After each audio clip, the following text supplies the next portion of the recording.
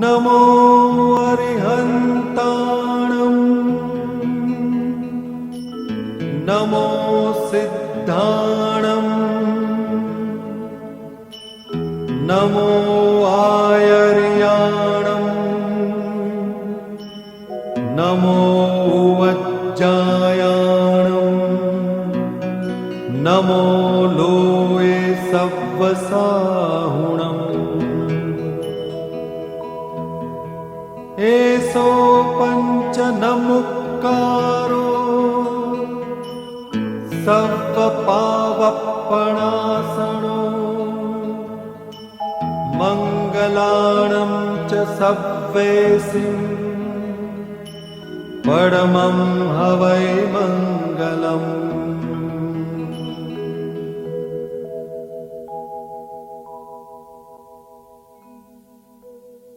मोक्षमार्गोपदेशका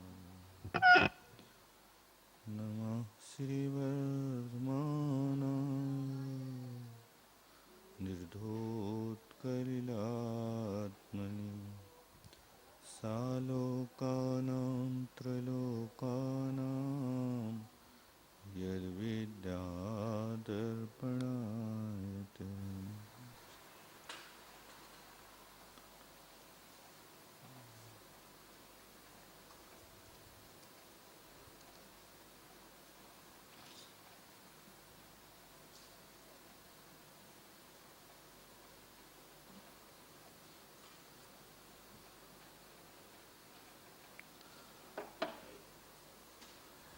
सम्यक दर्शन के 8 अंगों में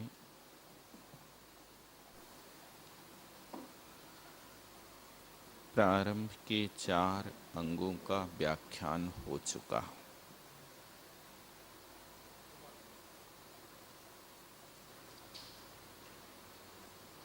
आगे पंचम अंग का व्याख्यान प्रारंभ होता है।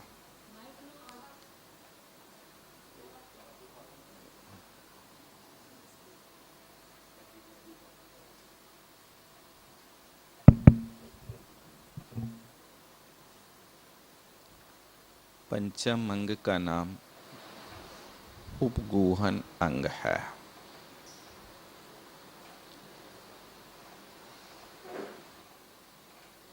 कहीं कहीं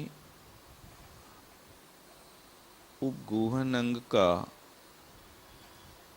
दूसरा नाम उपव्रंघण भी है। उपव्रंघण उपगूहन का दूसरा नाम उपव्रंघण व्रंघण ये भी नाम आता है।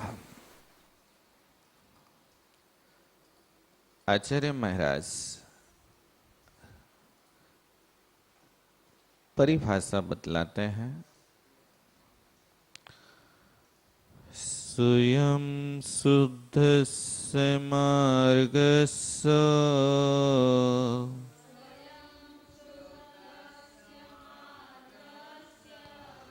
वालासक्तजनाश्रियाम्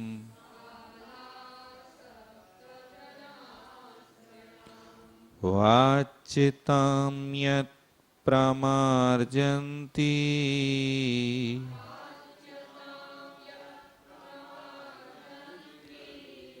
तद्वदन्त्युपगूहनम्। स्वयं शुद्धस्य मार्गस्य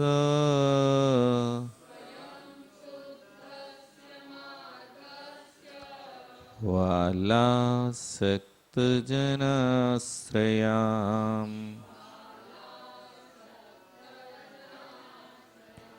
वाच्यतां यत् प्रमार्जन्ति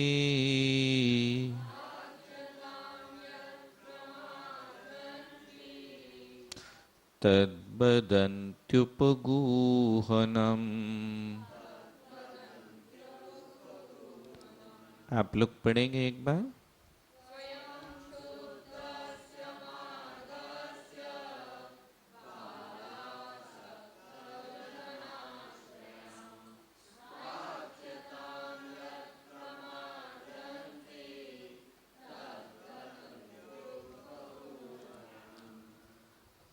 स्वयं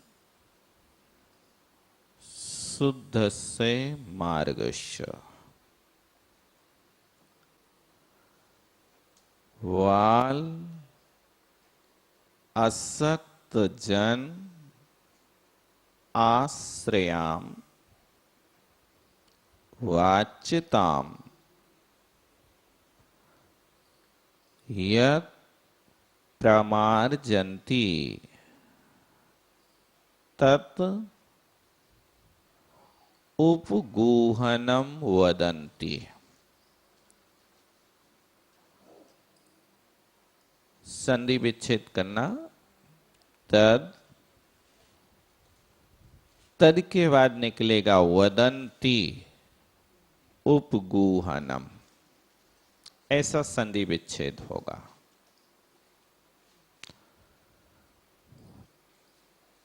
स्वयं अपने आप में शुद्ध से मार्ग से, शुद्ध मार्ग का, शुद्ध मार्ग कौन सा? मोक्ष मार्ग। उस स्वयं शुद्ध मोक्ष मार्ग का वाल, वाल माने होता है अज्ञानी जीव, और असक्त, किसमें असक्त? जो मोक्ष मार्ग में स्वयं नहीं चल सकते हैं। दो व्यक्ति होते हैं, एक व्यक्ति मोक्ष मार्ग पर श्रद्धा से चलता है और एक शरीर से चलता है। शरीर से चलने वाला व्यक्ति थक जाता है और मोक्ष मार्ग के विषय में अपवाद करना प्रारंभ कर देता है। लेकिन जो श्रद्धावान है, उस श्रद्धावान व्यक्ति शरीर से भले ही ना चल पाए, लेकिन श्रद्धा से चलता रहता है। कीजे शक्ति प्रमाण, शक्ति बिना श्रद्धा धरे। मोक्ष मार्ग में चलने की आपकी शक्ति नहीं, आप मुनि नहीं बन सकते, आरिका नहीं बन सकते, कोई बात नहीं। लेकिन मोक्ष मार्ग की और मोक्ष मार्ग पर चलने वालों के प्रति श्रद्धा तो रख सकते हो। ये नहीं हो सकता क्या? कीजे शक्ति प्रमाण, आचरण शक्ति के अनुसार कर लो, लेकिन श्रद्धा में शक्ति की जरूरत नहीं है, श्रद्धा में भक्ति की जरूरत है। इसलिए बाल यानी अज्ञानी और असक्त जो मोक्ष मार्ग में बढ़ नहीं सकते, ऐसे लोगों के द्वारा वाच्यताम, वाच्यता माने होता है निंदा, निंदा को यत् प्रमार्जन्ति, जो दूर करते हैं, निंदा को साफ कर देता है, तत् उपगूहनम वदन्ति, उसको उपगूहन अंग कहते हैं। इसी अंग का पालन करना बहुत कठिन है। कठिन क्यों है? कठिन इसलिए है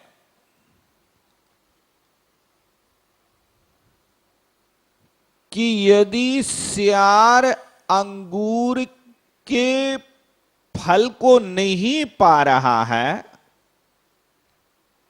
ना, तो वो क्या कहता है? अंगूर खट्टा है, ऐसा कहता है ना। बहुत प्रयास किया उसको पाने का, लेकिन नहीं पहुंच पा रहा। तो अब दूसरे लोग भी उस फल को ना पा ले वे, इसलिए उसको बदनाम करना प्रारंभ कर देता है। बहुत खट्टा है, खाना नहीं। इसी तरह जो उपगुहन अंग का पालन नहीं कर पाता है, तो वो दूसरों की निंदा करना प्रारंभ कर देता है। और निंदा करना एक ऐसा दुर्गुण है कि निंदा करने वाले को नीतिकारों ने पृष्ठ मांस भक्षी कहा है। जो निंदा करता ना, तो नीतिकार कहते हैं वो पीछे से मांस भक्षण करने वाला है, यानी पीठ का मांस खाता है, सामने नहीं आता है। पृष्ठ मांस भक्षी। निंदा कहां करते हो बताओ? उस दोषी व्यक्ति के सामने निंदा करते हो या पीठ पीछे निंदा करते हो? पीठ पीछे निंदा करते, सामने कोई नहीं करता। यदि सामने निंदा करने लगो तो या तो वो व्यक्ति सुधर जाए, उसको अपनी गलती महसूस हो जाए, या वो दो चार हाथ आप पे भी उठा दे, हिसाब किताब फिनिश हो जाए। ऐसा होता ना। सामने वाले की आप निंदा करोगे, यदि कोई सज्जन पुरुष होगा तो फिर वो अपनी गलती सुधार लेगा, और यदि कोई सज्जन नहीं हुआ तो दो चार हाथ आपके सिर पर लगा करके आपको ठीक कर देगा। ऐसे ही होता है। तो सामने कौन पिटने के लिए जाएगा? इसलिए निंदा कब करते हैं? अवसर पा करके। निंदा करने से अपना पुण्य छीन होता है। कभी भी किसी की निंदा मत करो। यदि तुम्हारे पास उपगुहन अंग है तो सामने वाले के साक्षात दोष आपको दिखाई दे रहे हैं, लेकिन उन दोषों को देख करके भी समता परिणाम आता है। और गलत काम वो कर रहा है, आपको क्या आपत्ति है भाई साहब? गलत काम वो कर रहा है तो उसका फल वो पाएगा, लेकिन नहीं, हमारा जैसे कोई प्रयोजन नहीं। ऐसे स्थान पर भी हम संक्लेश परिणाम करके कर्मों का बंध कर लेता है।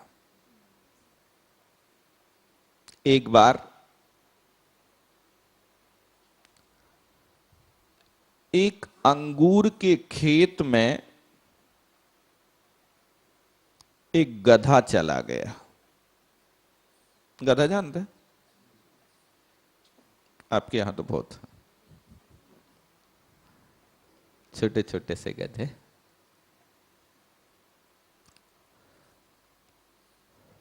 तो उस अंगूर के खेत में गधे को देख करके एक व्यक्ति बड़ा दुखी था। अरे तो किसी तीसरे ने पूछा, भाई साहब आपको इतना दुख क्यों है? क्या अंगूर का खेत आपका है? बोले नहीं। तो क्या गधा आपका है? नहीं। तो फिर दुख किस बात का? बोले दुख इस बात का है कि गधा अंगूर खा रहा है, हमारा खेत नहीं, हमारा गधा नहीं। लेकिन दूसरे के खेत में गधा अंगूर खा रहा है, इस बात का मुझे खेद है। खेत वाले को हो या ना हो इसकी कोई बात नहीं। ये हुआ करता है कि निंदा करने वाले व्यक्ति को सामने वाले से कोई लेना देना नहीं, लेकिन फिर भी वो निंदा करना प्रारंभ कर देता है। इससे अपना उपगूहन अंग समाप्त होता है।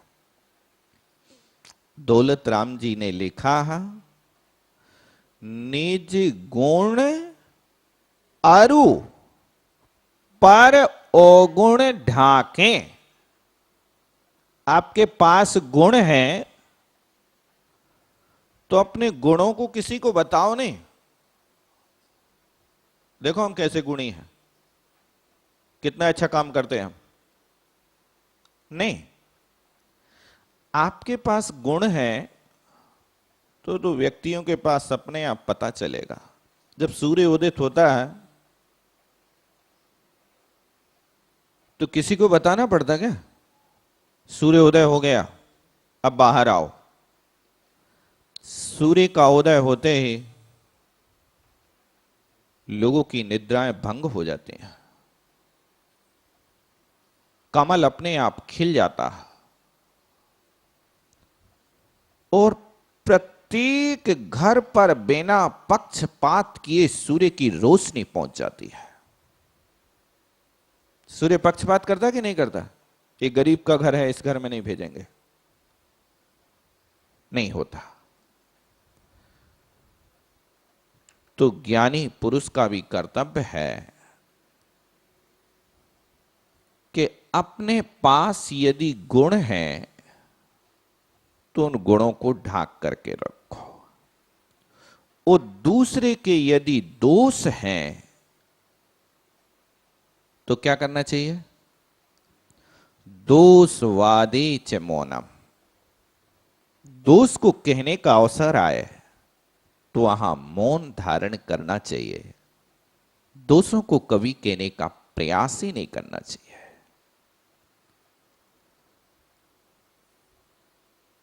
ये उपगूहन अंग है। और आचार्य उमा स्वामी महाराज लिखते हैं कि दूसरों की निंदा करने से नीच गोत्र का आश्रय होता है। परात्म निंदा प्रशंसे सत्सद गुणोच्छादनोद्भावनी च नीचे गोत्रस्य। पर की निंदा और अपनी प्रशंसा करने से नीच गोत्र का आश्रय होता है। यदि आपको निंदा करना है तो दूसरों की निंदा करने की अपेक्षा अपनी निंदा प्रारंभ कर दो। आचार्य महाराज कहते हैं कि दूसरे के दोषों को कहना निंदा है और अपने दोषों को कहना प्रतिक्रमण है। बात समझ में आई क्या?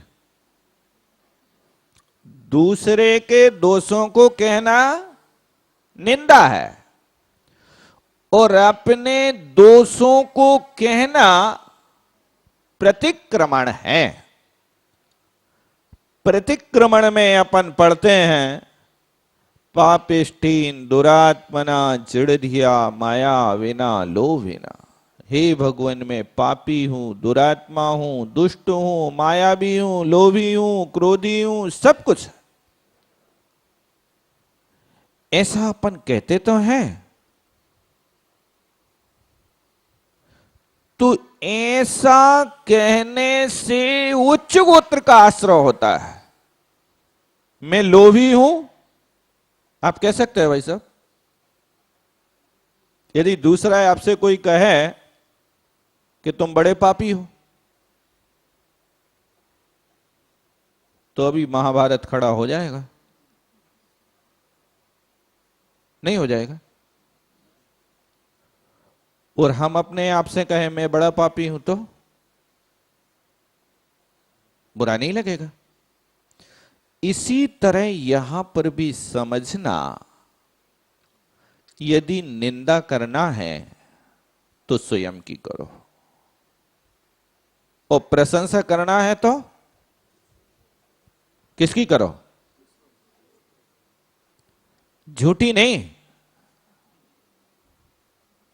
राई को पहाड़ नहीं, लेकिन जैसा है वैसा तो कह सकते हो कि नहीं? आप बहुत अच्छे आदमी हो, बड़े दयालु हो, मंद कसाई हो, वात्सल्य प्रेमी हो, ऐसा दूसरों से कह सकते कि नहीं कह सकते?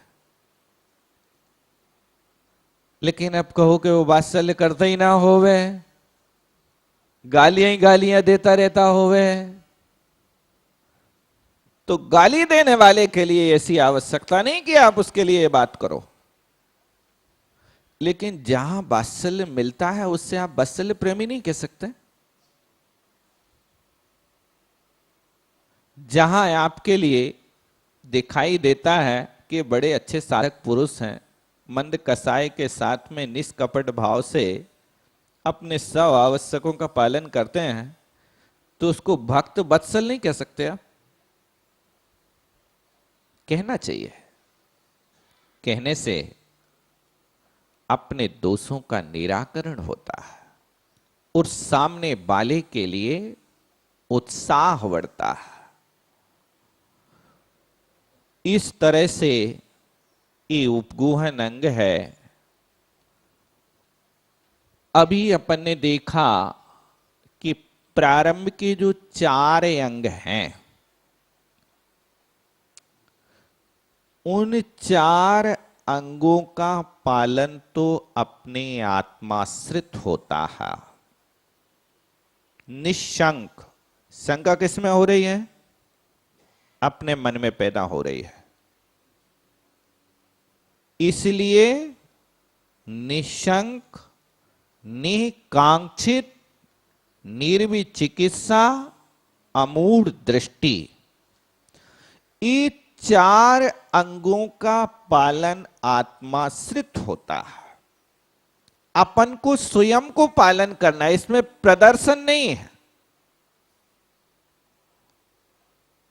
हम कितने अंशों में निशंकित हैं,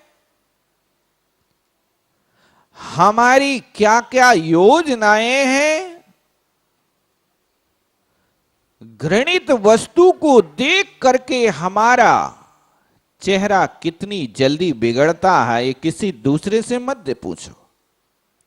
आपकी आत्मा क्या कहती है इस विषय में? और अमूढ़ दृष्टि, खोटे देव शास्त्र गुरु के प्रति आपकी कितनी आस्था है। कभी कभी ऐसा होता है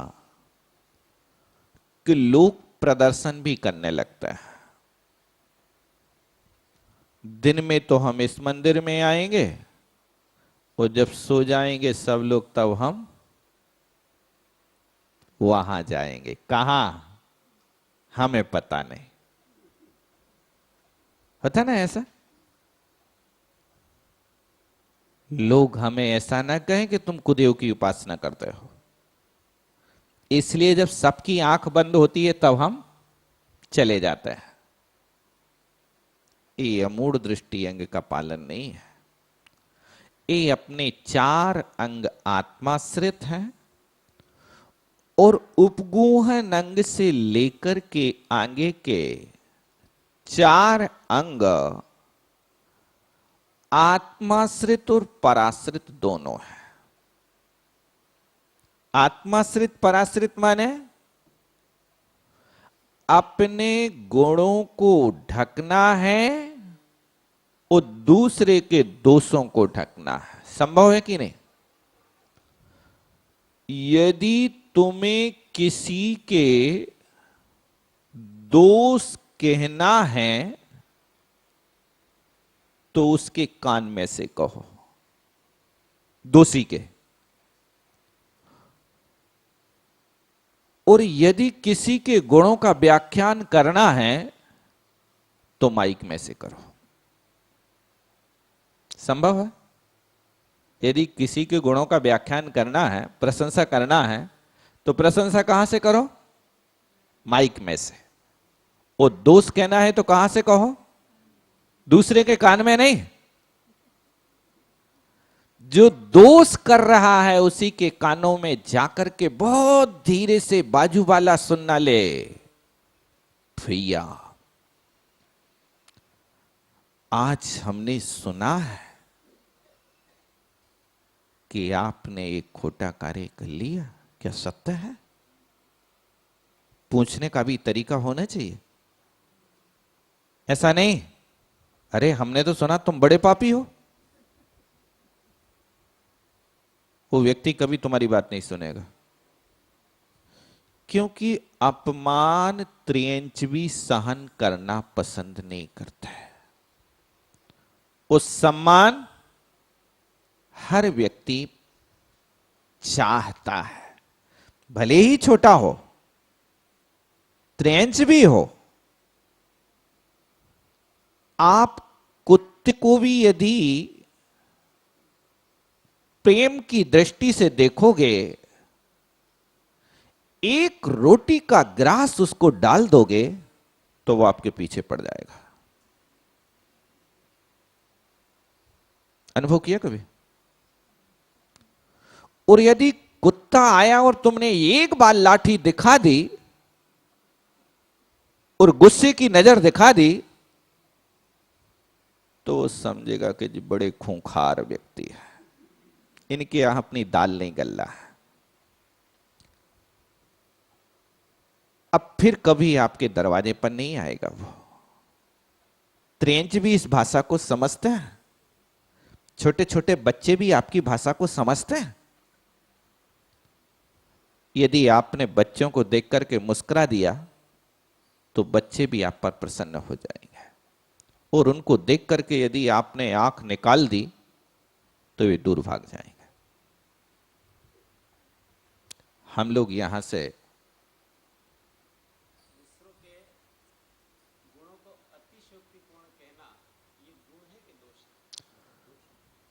देखो, गुण है तो गुणों को अतिशयोक्ति पूर्वक कहने में कोई दोष नहीं है। गुणस्तोकम तदुल्लंघ, थोड़े गुणों को उल्लंघन करके भी बड़ा चढ़ा के कहना, इसका नाम स्तुति है। गुण होना चाहिए, दुर्गुण नहीं होना चाहिए, गलत की प्रशंसा नहीं। और जितनी अंशों में सही है उतना कहो। अब आपने दिया है 100 रुपए का दान और आप माइक में से कहो ये बड़े उदार मना, दानवीर, सरसेठ और बहुत सारी उपाधियां लगा करके कहते जाओ, इनसे तो जब कहो तब लाखों का दान कर देते हैं। दे रहे हैं 100 रुपया, तो ये अतिशयोक्ति नहीं। 100 में लाखों की बात मत करो, लेकिन 100 की बात 100 ही में कहो कि जब संकेत करते हैं तब सैकड़ों का दान कर देते हैं। सैकड़ा में और लाखों में अंतर है कि नहीं? इतना तो आप बोल सकते हो। तो ये अतिशयोक्ति इतनी भी ना हो कि लोगों के गले ही ना उतरे हैं? कोई भिखारी को तुम चक्रवर्ती की उपमा दे दो, कौन स्वीकार करेगा? और चक्रवर्ती को तुम भिखारी कह दो तो कौन तुम्हारी बात स्वीकार करेगा?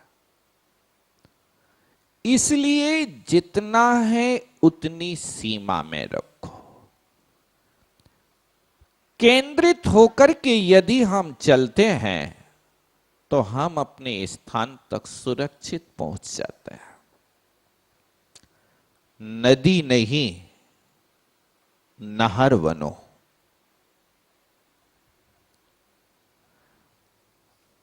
अगरबत्ती नहीं, मोमबत्ती बनो।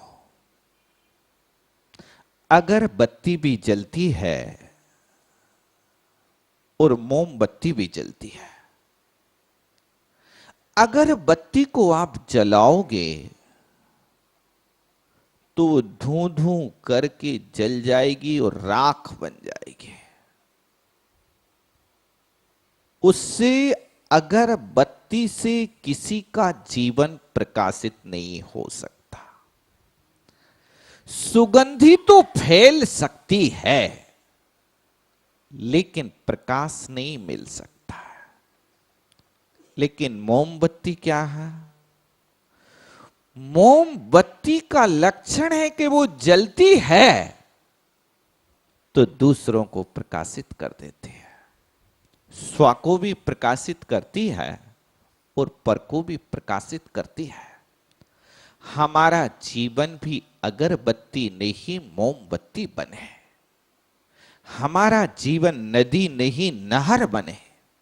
नदी इधर उधर होकर के बहती है,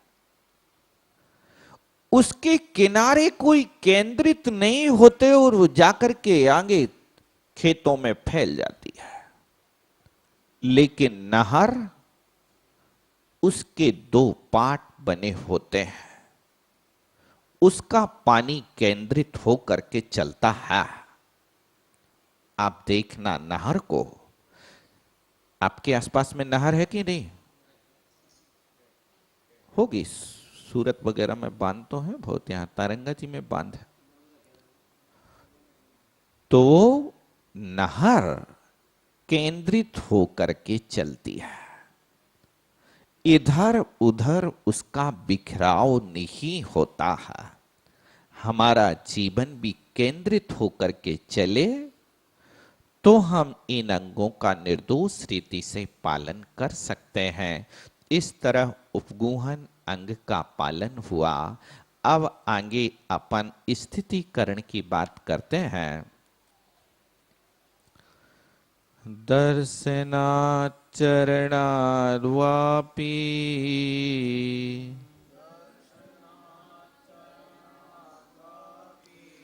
चलतां धर्मवत्सलैः प्रत्यवस्थापिनं प्राज्ञैः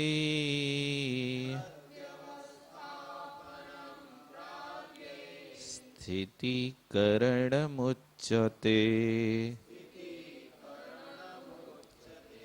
दर्शनाचरणाद्वापि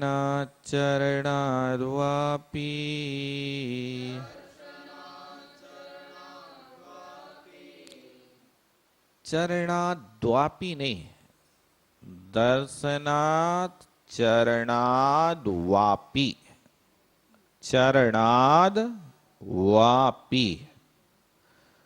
दर्शनाचरणाद्वापि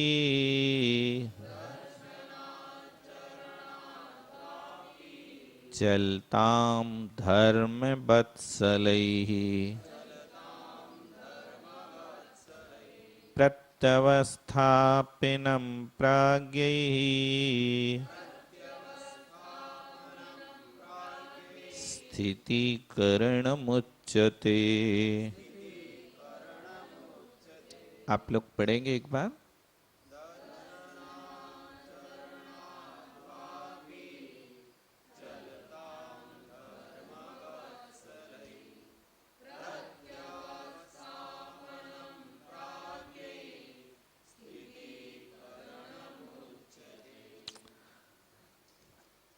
स्थितिकरण अंग। अब कहते हैं दर्शनात् चरणात्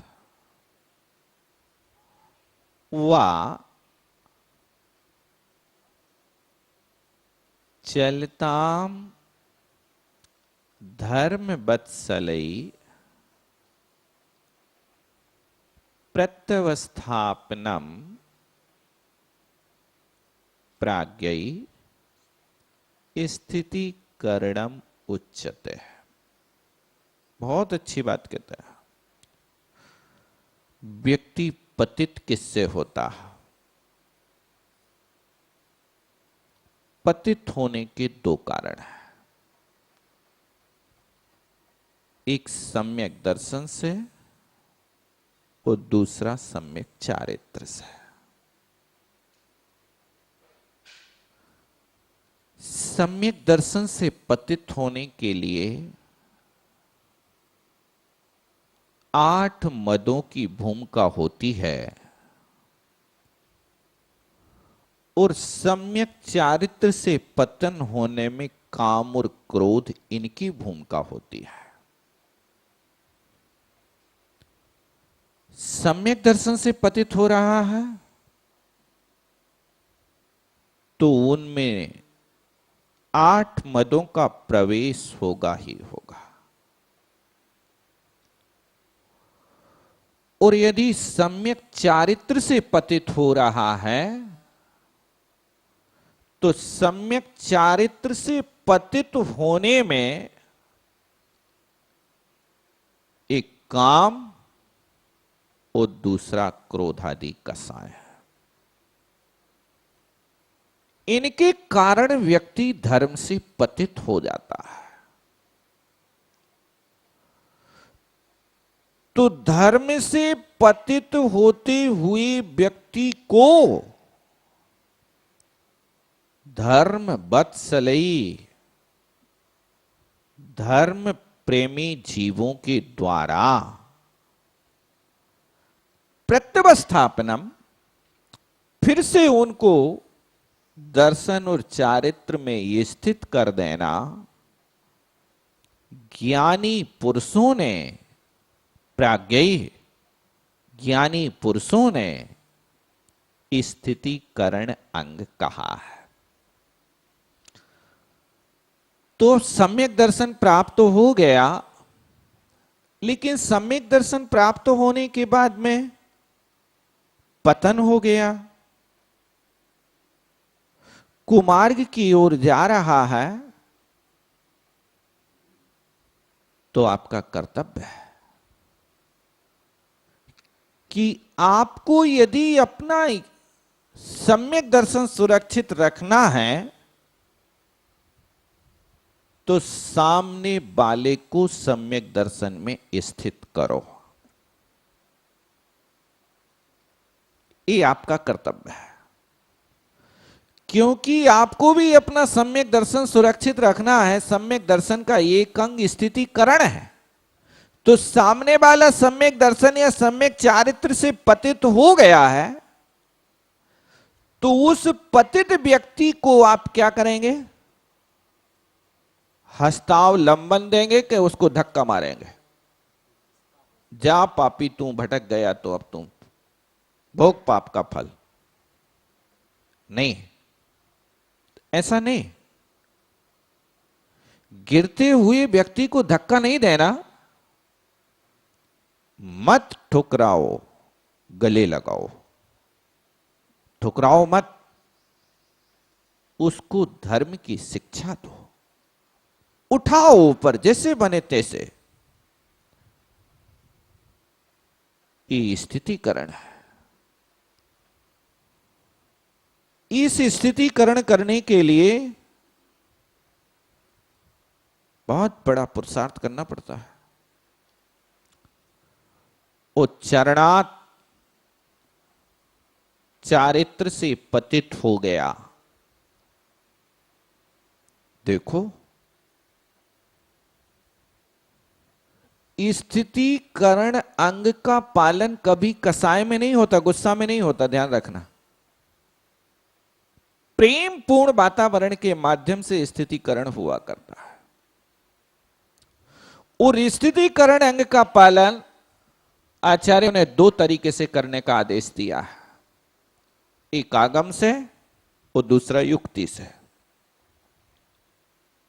सामने वाला व्यक्ति चारित्र भ्रष्ट होता जा रहा है, अब आप देखते जा रहे हैं उस चारित्र से पतित होता जा रहा, तो आपका कर्तव्य है कि सबसे पहले प्रेमपूर्ण वाणी से उसको समझाओ। यदि वो प्रेमपूर्ण वाणी के माध्यम से नहीं समझ पा रहा है तो आपका कर्तव्य है कि आप उसको आगम खोल करके देखो। देखो आगम में ऐसा लिखा है और आगम के अनुसार आप पालन नहीं कर रहे हो, आप आगम के अनुसार चर्या का पालन करें। और यदि वो आगम के अनुसार चर्या पालन करने को तैयार नहीं होता तो फिर आपका कर्तव्य है कि आप युक्ति के माध्यम से समझाओ। युक्ति से, जैसे बारीसेन महाराज को देख करके पुष्पडाल अपना पुराना मित्र था। कब का मित्र था? जब घर में थे ना तो साथ में क्रिकेट खेलते थे, साथ में कंचा खेलते थे और भी अनेक क्रियाएं करते थे। उस समय का पुराना मित्र था। वारीसेन दीक्षित हो गए, लेकिन पुष्पडाल तो अभी अपने घर पर था। दोनों का मार्ग भिन्न हो गया। पुष्पडाल गृहस्थी बसा के रहने लगा,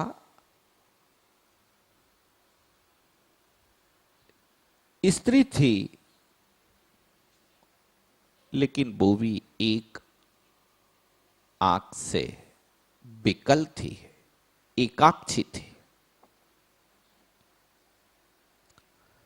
भाग्य चीज की एक दिन बारीसेन मुनि महाराज आहार चर्या के लिए राजगिरी नगरी में आए।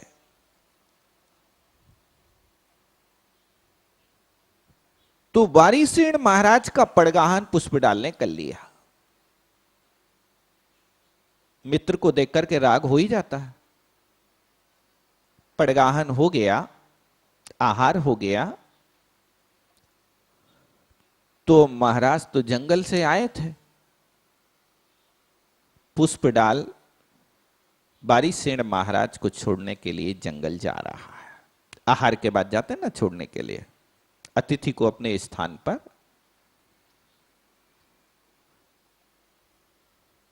अब उनको तो जंगल जाना था, कोसों दूर जाना था,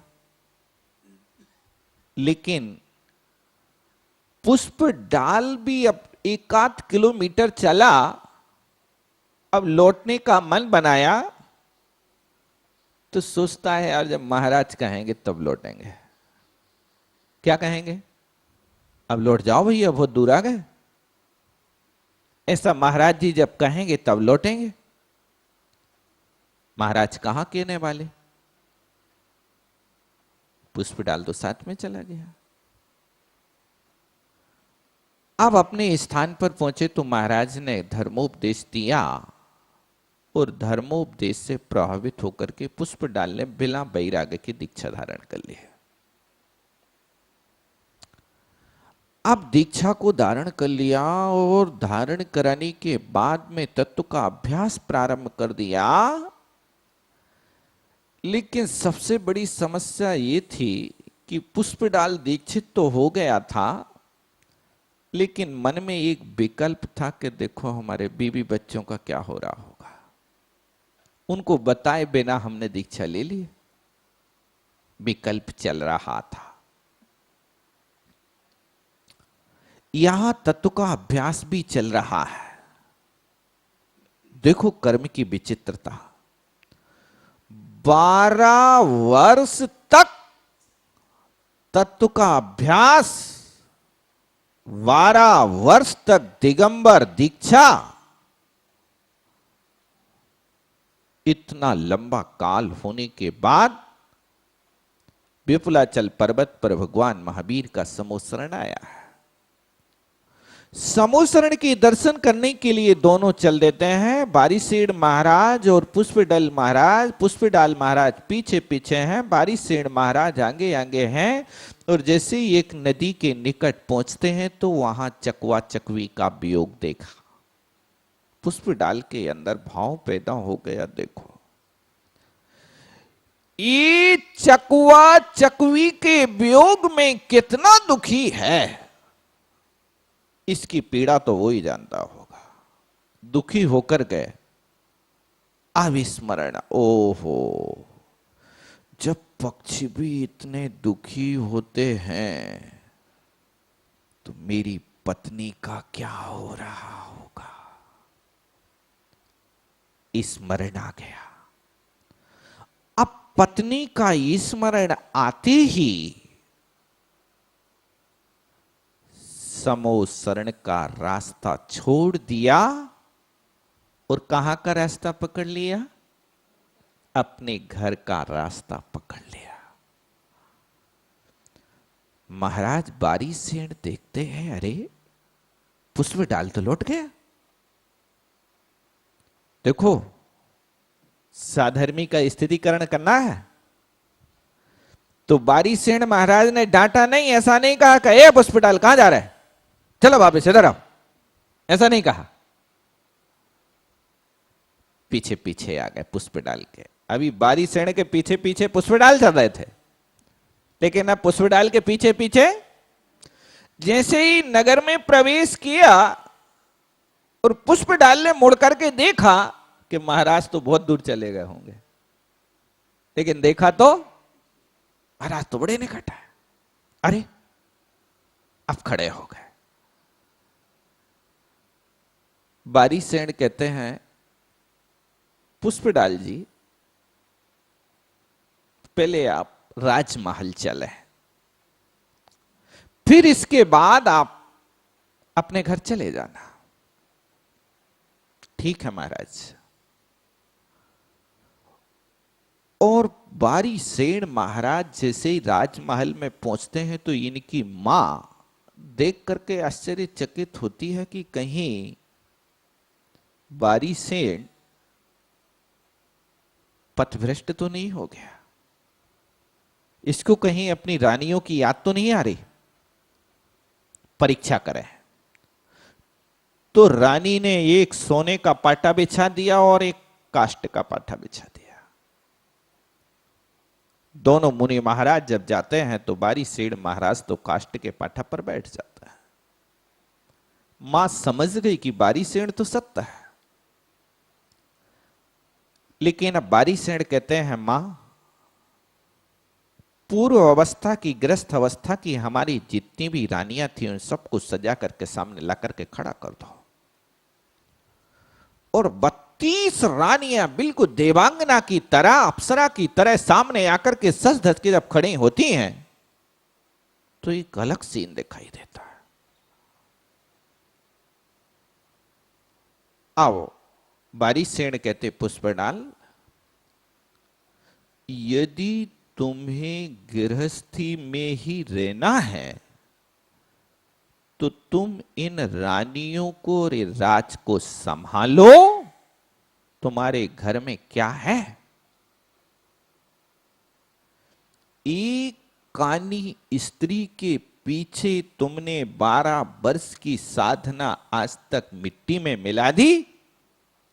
अब तुम्हारी यदि भावना है तो तुम इस राज्य को और इन स्त्रियों को भोगो। अब बारीसेन की आंखें खुलती, ओहो, काली कलूटी जिसके दांत निकले ये आंख फूटी, ऐसी स्त्री के प्रति मेरी 12 वर्ष से क्या धारणा चल रही है। ओहो, सच्चा वैराग्य तो इनका है कि जिनने देवांगनाओं की तरह अपनी नारियों को छोड़ करके मोक्ष मार्ग स्वीकार किया। धन्य है, धन्य है। सच्चा सुख तो यही है। ऐसा सोच करके अब पुष्पडाल महाराज की अभी दीक्षा नहीं हुई थी, लेकिन अब राजमहल में रानियों को राज की बात को सुनकर के अब सच्चे दीक्षित हो गए। ये युक्ति के माध्यम से स्थितिकरण किया गया, आगम से नहीं। आगम को तो 12 वर्ष हो गए पढ़ाते पढ़ाते, लेकिन आज तक उनकी समझ में नहीं आया। लेकिन एक युक्ति के माध्यम से आज समझ में आ गया और आज सच्चा वैराग्य हो गया। हमारा भी कर्तव्य है कि चारित्र से यदि कोई पतित हो रहा है तो आप उसके लिए उपेक्षा मत करो, लेकिन चारित्र से पतित होते हुए व्यक्ति के प्रति आप प्रेम पूर्ण व्यवहार के माध्यम से युक्ति और आगम को दिखा करके उसका स्थितिकरण करने का प्रयास करो। ये आगम का उल्लेख है।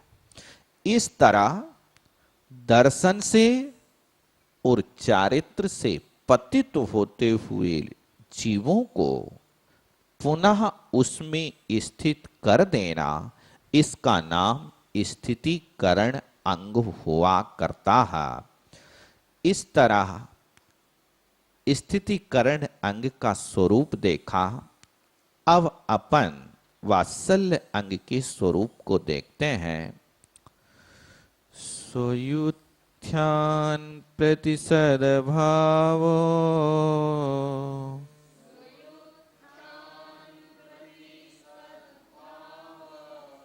सनाथा पैत कैतवा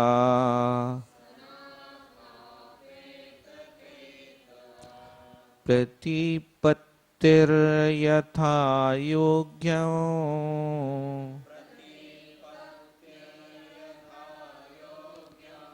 वात्सल्यमविलप्यते स्वयुत्थान प्रतिसद्भाव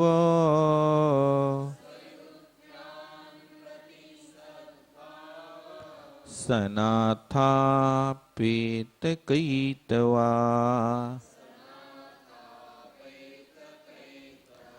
प्रतिपत्तिर यथा योग्यं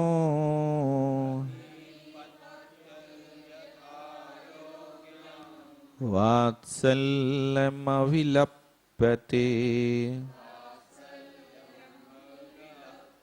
आप लोग पढ़ेंगे एक बार।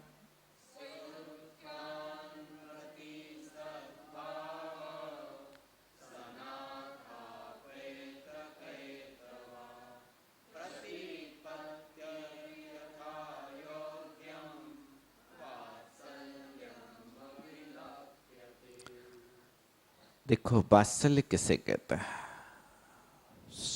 स्वायुत्थान,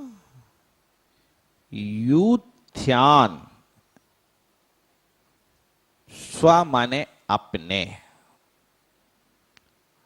और यूथ, यूथ का अर्थ होता है साधर्मी, समूह।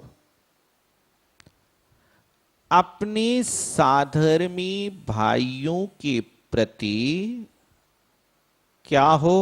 सद्भावा, सद्भाव हो, अच्छी भावना हो, और उनके साथ व्यवहार कैसा हो? अपेत कैतवा। कैतव माने होता है माया, छल, कपट, और अपेत माने रहित। तो अपने साधर्मी भाइयों के प्रति निष्कपट व्यवहार हो, निश्चल व्यवहार हो, और यथा योग्यम प्रतिपत्ति, यथा योग प्रतिपत्ति, सम्मान आदि हो। ई वात्सल्यम अविलप्यते, ये वात्सल्य अंग कहलाता है। साधर्मियों को देख करके कहीं अपन को ईर्षा द्वेष तो पैदा नहीं होता। गुणी जनों को देख करके कैसा लगता है? गुणी जनों को देख हृदय में मेरे क्रोध उमड़ आवे। ठीक है ना? कहां से आ गए समय बर्बाद करने वाले? ऐसा लगता ना? क्या लिखा है? गुणी जनों को देख, शरीर में नहीं, हृदय में। यदि गुणी जनों को देख करके हृदय में प्रेम आता है तो ये बात संलग्न है, और गुणी जनों को देख करके हृदय में द्वेष पैदा होता है तो ये पाप है, अधर्म है। इसको ध्यान में रखना चाहिए। सनाथा पेत कैतवा, ऐसा सद्भाव हो, साधर्मी के प्रति निश्चल प्रीति हो, अपनी साधर्मी के प्रति ऐसी मित्रता हो, ऐसा विश्वास हो कि जैसे अपने शरीर में नाखून है ना, नाखून और मांस कैसे है? मिले हुए हैं ना? नाखून काटते कि नहीं काटते? कौन सा नाखून काटते भाई साहब? और उसके भीतर थोड़ा सा काट लो तो क्या होगा बताओ? खून साथ में बहने लगेगा। जैसे मांस और नाखून की निश्चल वृत्ति है, ऐसे साधर्मी के प्रति निश्चल राग अपना होना चाहिए। संभव है? हमारे भाई ने किया है। दो मित्र थे, समय हो गया है अपना। ऐसा नहीं नहीं तो लोग धीरे धीरे सभा की निर्जरा होने लगेगी। 10:15 से 10:20, 10:20 से 10:30। आश्रम है, यहां श्रम नहीं होता है। तो क्या कहते हैं? दो मित्र थे, परस्पर में बड़ी मित्रता थे, बहुत गाढ़ी मित्रता थे। रास्ता चल रहे थे, वो जमाना था जब पैदल चलते थे। चलते चलते दोनों एक बियाबान जंगल में पहुंचे और सूर्य अस्त हो गया। तो मित्र कहता है, यार अपन रात्रि में जंगल में कैसे रहेंगे? बियाबान जंगल है। तो दूसरा मित्र कहता, तुम चिंता नहीं करो, अपन ऐसा करेंगे कि आधी रात तक हम जागेंगे, तुम सोना, और आधी रात के बाद हम सोएंगे, तुम जागना, तो दोनों की नींद बराबर हो जाएगी। अच्छा ठीक। तो एक मित्र सोया,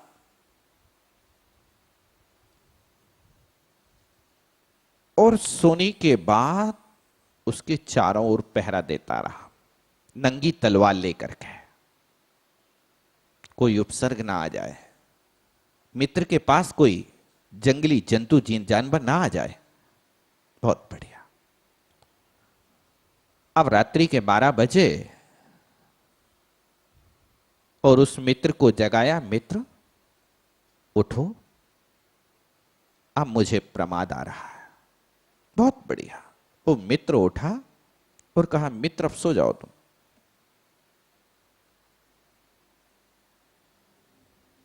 अच्छा, वो सो जाता है।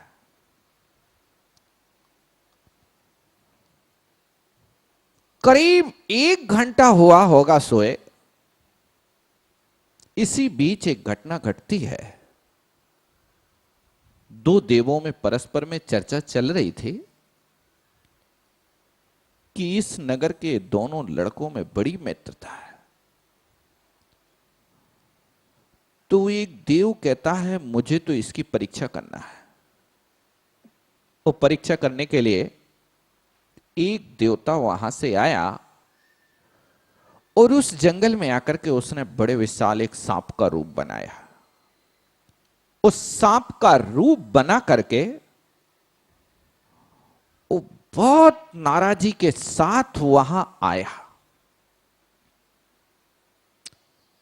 तो जो मित्र ड्यूटी कर रहा था कहता,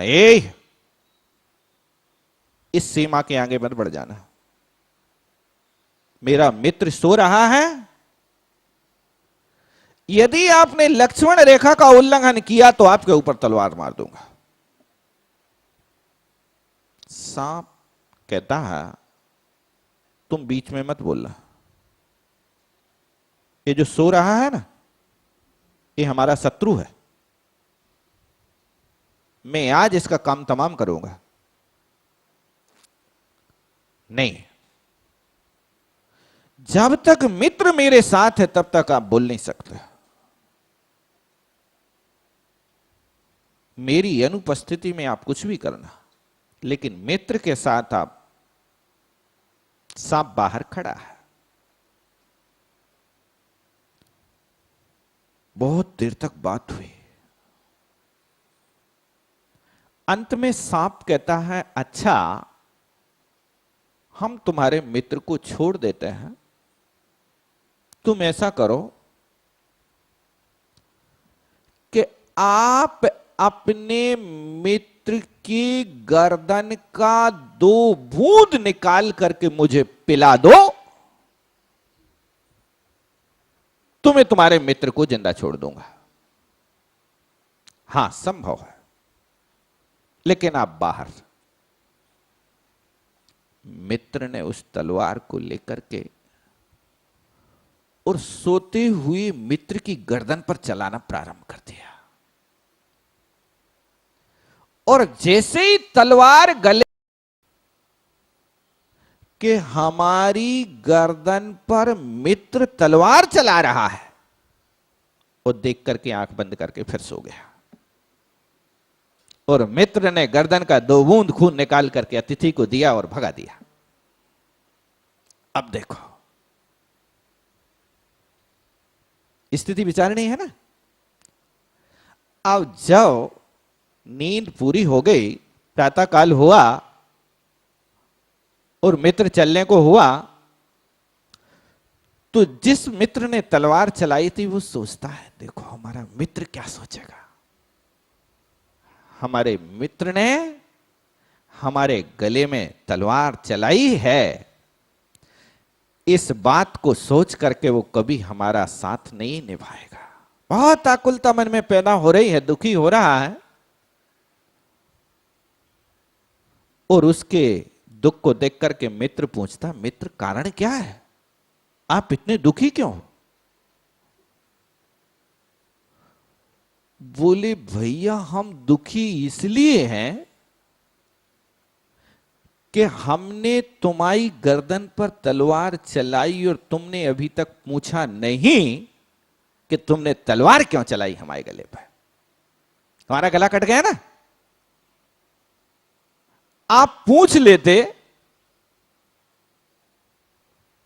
तो मेरी आकुलता खत्म हो जाती। मित्र कहता है, इसमें पूछने की क्या बात है, मैंने आंख खोल करके देख लिया कि हमारा मित्र गर्दन पर तलवार चला रहा है, तू गर्दन पर तलवार चला रहा है तो अच्छे के लिए ही चलाएगा, वो बुरे के लिए नहीं चला सकता, ऐसा मुझे अटूट विश्वास है। इसलिए मुझे पूछने की कोई जरूरत नहीं। मेरे मित्र ने गर्दन पर तलवार चलाई तो मेरे अच्छे के लिए ही होगा, बुरे के लिए नहीं होगा। ये होती है सदा था पेत केतवा सद्भावा। ऐसा सद्भाव, ऐसे साधर्मी के प्रति विश्वास, कुछ भी हो जाए, जैसे साधर्मी के प्रति ऐसा विश्वास हो, धर्म के प्रति भी ऐसा विश्वास हो कि यदि गर्दन पर तलवार भी चलाई जा रही है तो वो भी अच्छे के लिए होगा, बुरे के लिए नहीं होगा। ऐसा वात्सल्य अंग का पालन करें। समय हो रहा। पंच परमेष्ठी भगवान की जय। वाणी के ज्ञान से सूझे लोकालोक, सो वाणी मस्तक धरूं सदा देते हूँ धोख। हे जिन वाणी भारती तो जपूं दिन रैन, जो तेरो शरणांग है सो पावे सुख चैन। देव भजो अरिहंति मोक्ष पांतनो नित्यम।